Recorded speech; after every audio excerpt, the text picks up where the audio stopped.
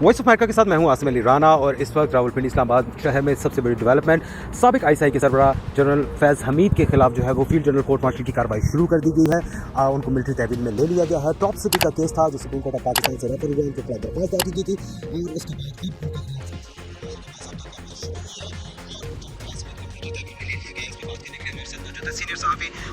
बाद मीर साहब बड़ी डेवलपमेंट फैज़ हमीद साहब को जो है वो गिरफ्तार कर लिया गया। कितना सिग्निफिकेंट है, कितना इंपॉर्टेंट है उनका इस मौके पर गिरफ्तार होना? उनकी गिरफ्तारी पे जो ISPR ने जो प्रेस रिलीज जारी किया है वो बड़ी इंपॉर्टेंट है। उसकी शुरुआत तो इस तरह होती है जी कि उनको टॉप सिटी के केस में हिरासत में लिया गया, लेकिन जो उस प्रेस रिलीज का जो दूसरा पैरा है वो बड़ा इंपॉर्टेंट है, जिसमें ये कहा गया कि जी रिटायरमेंट के बाद भी वो कुछ ऐसी सरगर्मियों में मुलव्वस थे जिस पर के उनके खिलाफ कार्रवाई हो रही है। तो बतौर DG ISI और बतौर कोर कमांडर पेशावर उन्होंने जो कुछ किया उसकी तो मैं पूरी किताब लिख सकता हूँ, लेकिन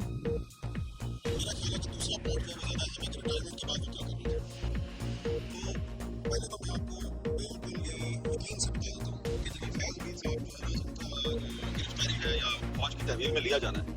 इसका जो सबसे ज्यादा फायदा है वो पाकिस्तान तहरीक इंसाफ को होगा, क्योंकि पाकिस्तान तहरीक इंसाफ की जो क़यादत इस वक्त बाहर है, गिरफ्तार नहीं है, वो बड़े तंग आए हुए थे इससे। वो फैज़ हमीद साहब जो हैं वो किसी ना किसी को बीच में डाल के इनसे कांटेक्ट करते थे, तुम्हें ये करना चाहिए, तुम्हें ये नहीं करना चाहिए, तुम फलाने का नाम क्यों नहीं लेते, उसका नाम लो। तो वो कहते थे कि जी ये हम बंदा जो है ये हमें डिक्टेट करने की कोशिश करता है। फिर एक जो तहरीक इंसाफ के रहनुमा है, बड़े सीनियर रहनुमा है, उन्होंने फिर जेल में इमरान खान साहब से बात की कि जी ये जनरल फैज़ साहब जो हैं ये किस चक्कर में हमें जो इंस्ट्रक्शंस दे रहे हैं।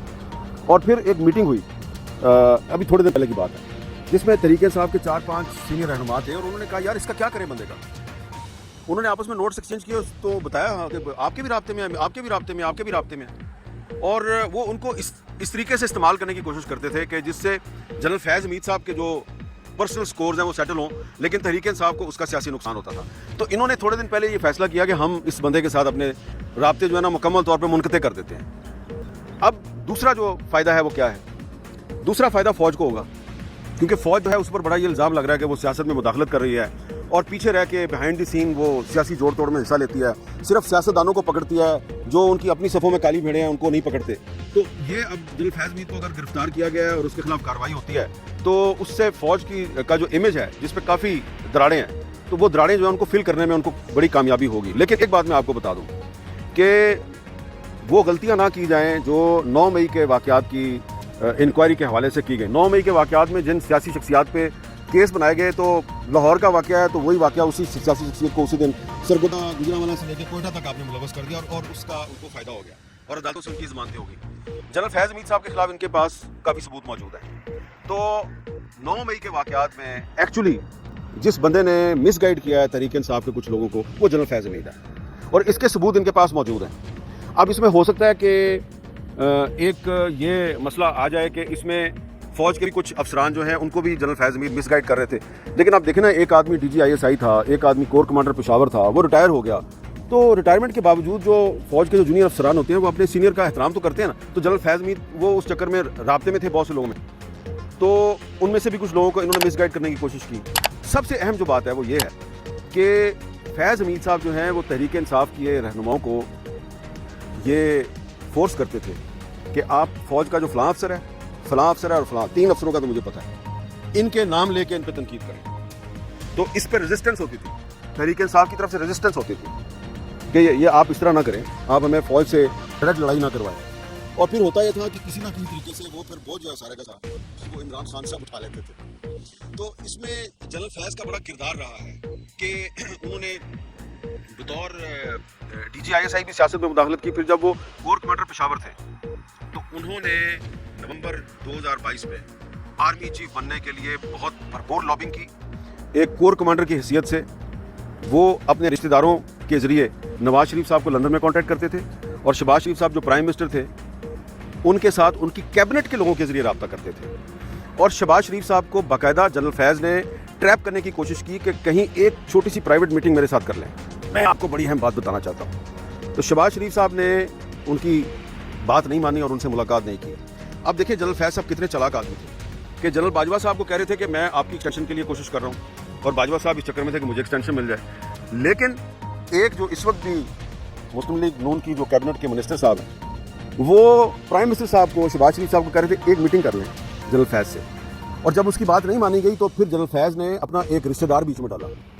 और उसने शहबाज शरीफ साहब से कहा कि ये मेरा रिश्तेदार जो है ये लंदन जाएगा, ये वहाँ पे नवाज शरीफ साहब को मिल लेगा। उन्होंने इनकार कर दिया। तो ये उनकी, मैं आपको बता रहा हूँ कि उनकी लॉबिंग की स्किल और डबल गेम कैसी करने के मास्टर थे कि इमरान खान का ख्याल था कि ये तो मेरा आदमी है और शहबाज शरीफ को कह रहे हैं कि नहीं मैं तुम्हारा आदमी हूँ। और फिर उसके बाद जब उनको आर्मी चीफ नहीं बनाया गया तो उन्होंने नए army chief general Asim Munir के खिलाफ तहरीक इंसाफ को इस्तेमाल करने की भरपूर कोशिश की और हालात वाक़यात जो हैं वो ये बताते हैं कि तहरीक इंसाफ ने फैज़ हमीद की वजह से बहुत नुकसान उठाया, क्योंकि ये जो अब ख्वाजा आसिफ साहब इल्ज़ाम लगाते हैं ना तहरीक इंसाफ पे और इमरान खान पे कि आपने फ़ौज में बगावत की कोशिश की और आप सरगना असल में ये जनरल फैज़ साहब जो कि इमरान खान साहब का भी नाम इस्तेमाल करते थे और इमरान खान के साथियों को कहते थे कि मेरा फ़लाँ से रब्ता है, मेरा फ़लाँ से रब्ता है, तुम ये कर दो, तुम ये कर दो। तो ये वक्त आएगा जब तहरीक इंसाफ के बहुत से रहनुमा जो हैं वो आखिरकार ये बताने पे मजबूर हो जाएंगे कि ये जो हम 2-3 साल तक मफरूर रहे असल में हमें जनरल फैज़ ने मरवाया। मीर साहब, एक अगर फैज़ाबाद धरने से लेकर देखा जाए, उसके बाद जैसे शौकत अज़ीज़ सिद्दीकी प्राइम मिनिस्टर हाउस में प्राइम मिनिस्टर के फ़ोन टेप होना, सबका जो होता था वहाँ पर जो सुराग जाता था, जो खुरा जाता था, वो फैज़ हमीद तक पहुँचता था। अब पाकिस्तान फ़ौज ने उनके खिलाफ टॉप सिटी का केस जो एक सबसे इंपॉर्टेंट केस है उसको सामने रखते हुए कार्रवाई शुरू की है। आप क्या समझते हैं पाक फ़ौज डिटर्मिन्ड है कि इनको बिल्कुल जो उनके जराइम है, जो उन्होंने कुछ किया, जो कुछ उनके ऊपर इल्ज़ाम हैं, उनके खिलाफ सबूत जमा करके उनके खिलाफ किया जाएगा, जो कोर्ट ऑफ इंक्वायरी है, क्या वो इस पोजीशन में है कि इनको सख्त सज़ा दिलवा सके? देखें, मेरा पाक फ़ौज की डिटर्मिनेशन पे कोई कमेंट करना इसलिए नहीं बनता कि मेरा उनसे कोई रब्ता नहीं है, ठीक है ना, और इस मामले में मेरी किसी से कोई बात नहीं हुई। डिटर्मिनेशन का फैसला आप सिर्फ उनकी प्रेस रिलीज से कर सकते हैं और प्रेस रिलीज जो है उसका पहला पैराग्राफ जो है वो टॉप सिटी के बारे में, उसमें एक सवाल पैदा होता है कि 2017 का मामला है, आपको 7 साल बाद याद आया कि आपने इसके खिलाफ कार्रवाई करनी है। इसका मतलब ये है कि 2017 में जब ये सब कुछ हो रहा था और जनरल कमर जावेद बाजवा साहब जो हैं वो आर्मी चीफ थे तो वो भी इसमें इन्वॉल्व थे। ना सिर्फ ये कि फैज़ हमीद साहब ने सब कुछ डीजीसी के तौर पर किया, बाद में वो डीजीआईएसआई बने और जनरल बाजवा की मर्जी और मंशा से बने। तो इसका मतलब है कार्रवाई जो है वो सिर्फ जनरल फैज़ के खिलाफ नहीं बनती,